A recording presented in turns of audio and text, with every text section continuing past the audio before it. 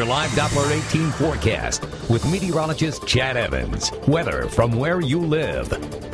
Well, we didn't get a lot of rain today, so for area farmers planting corn, we're going to get about 4 nice dry days of field work in until a pretty significant rain event arrives later on next week. Now, the biggest nightmare for an area farmer would be if temperatures stay chilly, 40s and 50s, and it rains for 3 weeks. That is not going to happen. It is going to get cooler, and certainly we do have some more significant rain on the way for later next week, but again, it's not going to affect corn germination. So the corn's going to start coming up with temps in the 60s, even if the nights are a little cool. So that's the good news. Shouldn't have any issues with that, but we do have some frost to get through. In fact, 4 nights of frost. Temperatures 30 to 35 degrees area wide, but again, dry, sunshine, pretty nice weather tomorrow right through Tuesday of next week before some little more widespread soaking rain with some fairly cool temperatures arrives later on next week. But what I mean by cool is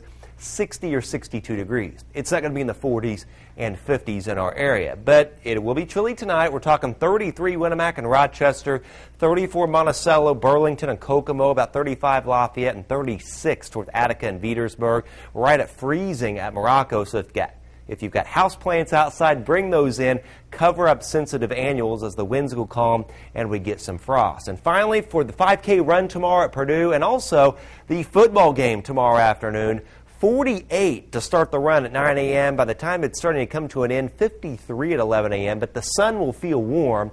55 at 1 p.m. And even though at 5 p.m. it's only going to be 60, the sun will feel warm despite that gusty northwest wind, 15 to 25 miles an hour. And I know running in 50s and 60s is better than running in temperatures in the 70s and 80s, I suppose. 58 tomorrow, Rochester, Winamac, 60 Monticello, Lafayette, and Frankfort, and about 62 at Attica and Pence. And widespread frost tomorrow night. We're talking maybe a damaging freeze to some of the vegetation. Rochester to Winamac and Morocco, 29 or 30, 32 Monticello and Burlington, and about 33 Lafayette. Down towards the Romney and Linden areas and Attica up towards Battleground, you may drop as low as around 32 degrees. So tonight, we're going to continue to clear out. Patchy frost developing after 4 a.m. as the winds diminish to around 5 miles an hour out of the northwest with lows around 35.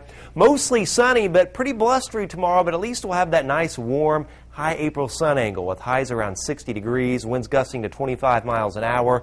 Not as breezy Sunday, still a little cool at 62, widespread frost as we get into Sunday night as well as Monday night. A little warmer at 64 Monday, 65 Tuesday, and then fairly seasonal, but a little cooler than what we've been used to. 60 on Thursday, 60 on Friday, with rain moving in, and current indications point towards a pretty good soaking rain potentially later next week. Some areas could get a good inch of rain out of this, and also it looks like maybe a little more light frost next weekend. But again, this time of year, we've had snow before. You can get highs in the 40s and 50s, even some lows in the 20s. So this is not abnormal.